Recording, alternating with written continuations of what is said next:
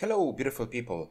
Today I wanted to present you my vote for the Balance Council, and basically I still try to accomplish this one situation in which the cards that are completely forgotten, and they are not playable, they will be played, and at the same time some cards which are buffed too much or they are too strong, they will be replaced by other cards. So let's start with the power increase. So my first vote is for Sea Serpent. This card has a great potential, but unfortunately regarding the Rain archetype, it's completely forgotten. Anyway, the entire archetype, I would say that needs a boost. And this is like one of these cards that was mainly introduced to the game due to the fact that it needed some kind of a removal. Because this archetype needs some kind of a removal, but unfortunately this card completely doesn't like any kind of situation in which this card can be used. It's unfortunately not the case. So I would say it needs a removal, and I would say this card would be great. And anyway, the whole archetype needs to be changed because it's basically right now completely forgotten. Uncreate Warrior, I would like to also increase the power of this card due to the fact that right now it's only it gives you 7 points for 4 points of provision, but the 3 points of bleeding are this is a very slow tempo. And if it was 5 plus this 3, which is a slow tempo, and this 4 points of provision, this card would be included in every single Patricial Fury or also Blaze of Glory deck. Right now, this card, obviously it is included, but it's only included for this situation in which you're using Mask of Ouroboros just to discard this card. So this is not the thing. It should be look like Plumard, a card with also great potential, but it's like completely forgotten and not played due to the fact that it's very slow. It gives you the first card that is played is only it gives you 6 points, which is nothing basically for 4 points of provision. And this card it's only good when it's played with Fledger. Otherwise, it's completely useless. So I would say if it was 5 plus this 2, it would give you 7 for 4, and this is also a slow tempo. But the second one could like be more beneficial to you, especially if you play them with Fledgers. Decreasing power in every single double cross deck. Henry Van Atter is included, and usually what these guys what they do, first of all, they play if I can only no sorry here. So what they tend to do, and I would like to also mention this thing that regarding thinning and consistency, Nilfgaard has the best cards right now among all the factions. Jan Calveit right now it was the power of this card was reduced to 6, but still it's played in every single deck, so it means that it's still worth it. And I would say of course it is, because this card gives you an opportunity to play all of your guards. Before there was the situation in which Vilgefortz was putting them in some kind of a shach, but right now since Vilgefortz can only summon some bronze card, basically these guys they play Jan Calveit from at the beginning of the round 1, because they already know that it's obvious for them that nothing can destroy the cards. That's why what they do, they play first obviously Run Mage, then after the Run Mage they play some other card, then Henry Van Atter to get obviously all the cards that they need, and then they play Jan Calveit, and then they are sure that they will get all the cards that they need, and at the same time they are basically ruining your whole deck because they are giving you some useless cards. Usually the cards that are being offered to you are Afan Hilgrand, which is a trash. Especially if you don't play, obviously, if you don't play Nilfgaard, because if you play Nilfgaard against Nilfgaard, then maybe we have some chances to get anything from this. Other than that, unfortunately, you're in a very bad situation. Then they give you Menno, so it's like it's a gold card. Obviously, it gives you 2 points of power, and that's it. Because if you don't have any tactics, and most likely you will not have it, then basically you are done. Also, what they tend to give you. And it's the same situation. If you don't play double cross, of course they will give you this card because it's a complete trash. and it's gonna be, where is it at? Brightens. So also for 11 plus this assimilate, it seems like it's good, but it's good for them, not definitely for you.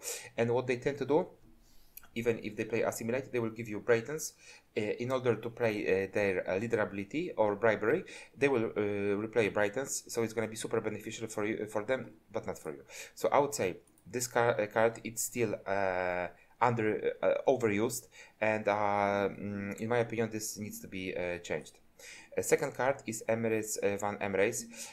Basically, once Emher is on board, you're done. This round it's already lost, because they will play, obviously, where is it at? They will play the Dame.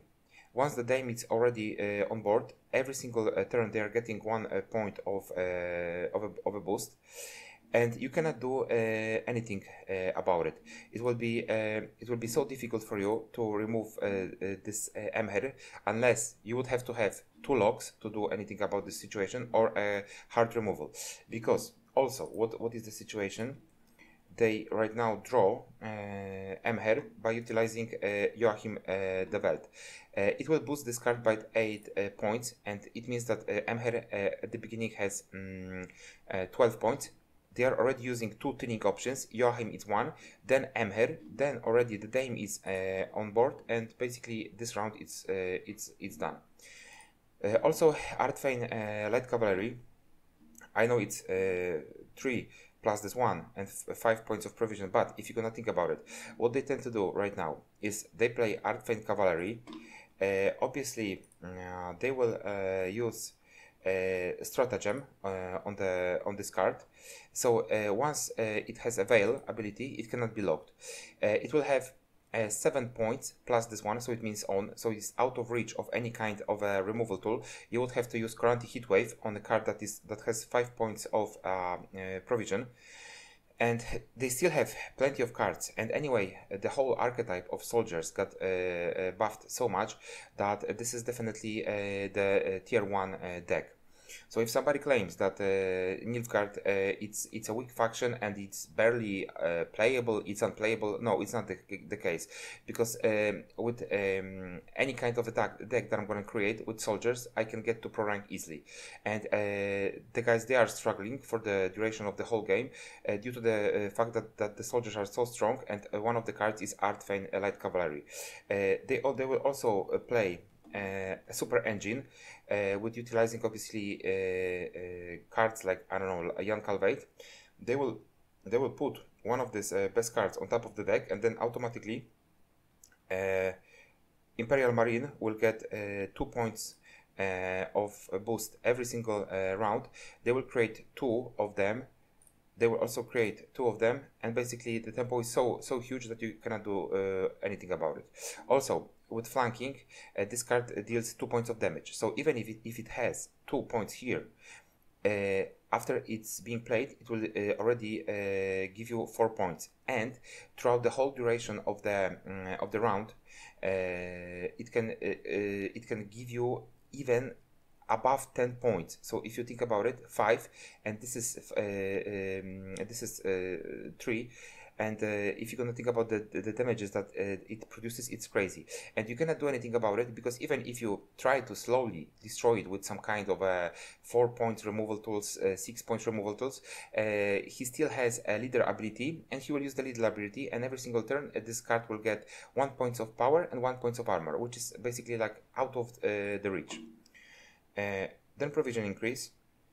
Still, this for me, this is a 6 provision card. It has 3 points of power, but it's played on onslaught, so it will infuse. It will infuse any kind of a unit. Then he will destroy this unit with the leader ability, and basically this card plays for 12. So in duration of the short round, it's a killer. And also, even if it's a long round, he has, let me say, two cards like this, and it means already 24 points of damage for you. This one, still, in my opinion, it should be at 11 points of provision, just to get it out of the reach of Fukushia, because because the problem the problem is that this card is being replayed often, and you can see play a non-neutral unit from your graveyard with a provision cost of 10 or less, and usually they take advantage of the situation and they replay cracked, and just read the ability here, and it's like an ultimate clash that you have on board, and if you don't have a current heat wave, then basically you're also done with the round.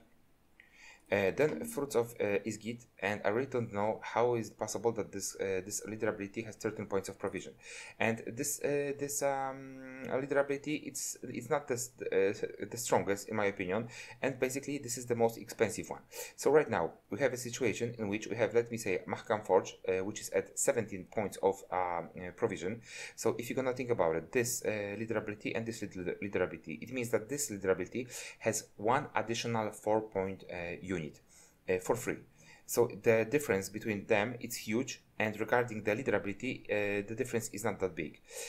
And with Fruit of Isgit, somebody can say that, okay, but regarding the leader ability, you have 3 rounds in which you have a thrive unit. Yes, but usually what people play, what they do, they play only 2 rounds, because they try to win round 1 with any kind of a cost for them, so they will avoid second round, and then they will basically play only the third round. So it means that it doesn't have 3 Garnihoras fruits, but only 2. So you have only 2 thrive units with 1 power. So guys, I mean, come on, this is just ridiculous, and I don't see a reason, because somebody can say that it's underestimated, that it's very strong.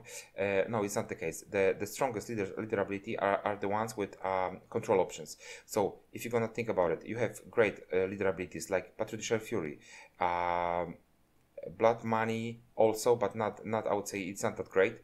But for instance, Jackpot is great, Enslave is great, Inspired Zeal is great, Precision Strike is great, Imprisonment, and also Imposter. These are the strongest one without any kind of a doubt. Also, you can think about Rage of the Sea, but the problem with the Rage of the Sea is that it will not be used in the way it should be, so regarding the Rain archetype, but most probably it will be used with Beasts. So you will give a boost to a leader ability, and not in the way it should be done. So I would say it's better maybe to keep this at 15 and try to and start with the units like Sea Serpents. That would be the first one, because this is the definitely one that is not being played at all. Completely, it's forgotten. And also the second one that should be definitely changed, because the thinning regarding skellige nowadays is just horrible. Also the Anglerfish. This is optional. It gives you only 6 for 15, which is nothing. And also the thing is that you need to keep the rain into rows for this anglerfish to be summoned, and also at least one of rain round needs to stay on board. So this is very optional, and this is like one of these cards that in my opinion should be changed even to 4 points of provision. It's that weak. The second option of thinning that they have, it's these are crows, but regarding the crows, you need to play them in a certain archetype. If they were like 5, I'm sorry, but then it's going to be a problem, because then they will not be used as a thinning option. They will be used just to copy them. So it will also create a problem. So I would say, I don't know what's the thing and what to do about these crow messengers, because if you give them 5 points of power, it's going to be an overspill. If you change them to 4 points of provision, also it's going to be a problem. So this card, unfortunately, the way it's built, it's very problematic, and I don't think it should be changed at all. But the thing that should be changed for sure, it's a anglerfish. Then we have decrease in power, and King of Beggars was also always at 12 points of provision, and I would say that was the perfect spot. It gives you, the counter is 12, it gives you 12 coins, and I don't see a reason for this card to be at 13 points of provision. It's only a waste of a potential of this card. Right now it's not being played that often. And this is like a must-have regarding certain decks, especially the decks where you need to pay lots of tributes. Fallen Rayla, a great card with a great potential. This poison archetype, it's, I would say, maybe it's used, but Fallen Rayla, it's never included in the deck for a certain reason, that this is a very expensive card. So I would say If we could change it to 11 points of provision, definitely this card would be once again played. Then we have Casimir Bassi, also a completely forgotten card with a great potential, but as you can see, it's completely unpresent. So I would like to see this card more often, and definitely I give 1, 2, 3 buffs to Syndicate. For a certain reason. Syndicate is the least played faction in the game. On the other hand, you have Nilfgaard, which is the most played faction. Skellige also, but the thing with the Skellige is that these are different archetypes. Right now, the warriors with raids is forgotten completely, and also rain is completely forgotten. There are different archetypes that are being played right now regarding Skellige. So, guys, these are my votes. Let me know in the comment section what do you think about it. For me, it's obvious, and I know that there will be comments like you will make this stronger or that stronger, guys, but it's not about the entire archetype. It's all about the card. If you just make a certain archetype strong by using overpowered card, and that's the problem of the game. So if you have a cards like Corsair and also a Crack, of course you will make Onslaught super strong due to the fact that these cards are ridiculously strong. So if you change these two cards, then you will have once again the place for cards that can be definitely buffed. And I really don't understand why something like this happened, that Demon is right now at 8. It was at 9, it was played, but that was a great deal. For 9 points of power, you had to pay 5 points of provision, and that was great. Also, what was changed, and I also didn't like it, because I'm not like a guy that wants to kill some kind of an archetype, but I just don't want some overpowered units. Where is it? These demon smugglers, where are they at? Also the demon smugglers, they were unfortunately changed, and the change that it was done before, maybe I'm gonna just go with the faction, that's gonna be easier for me to find it. Yeah, where is it at?